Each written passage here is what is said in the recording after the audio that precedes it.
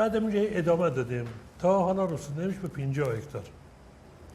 منتهای 5 هکتار سال اول که ما کاشتیم در سال 79 و 80 2 سال پی در پی و در سال 90 و 91 هم بازم 2 سال پی در پی با برداشت 48 تن پیسته تر در هکتار رتبه اول استان رو به دست آوردیم و در سال 98 توانستم به 58 تن خورده برسانمش.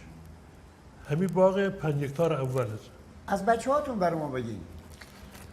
بچه ها ما 2 تا پسر داریم، ما دانشجوین و حساب مشغول کار خود باید. یکیش تو باغ توی سر کارگرای، یکیش تو کارخانه. داریم با هم دیگر کار منیم. چوی شما ببرمین تا بریم تو باغ از نزدیک ببینیش با ایش آشنا رو. بله حتما در خدمتی.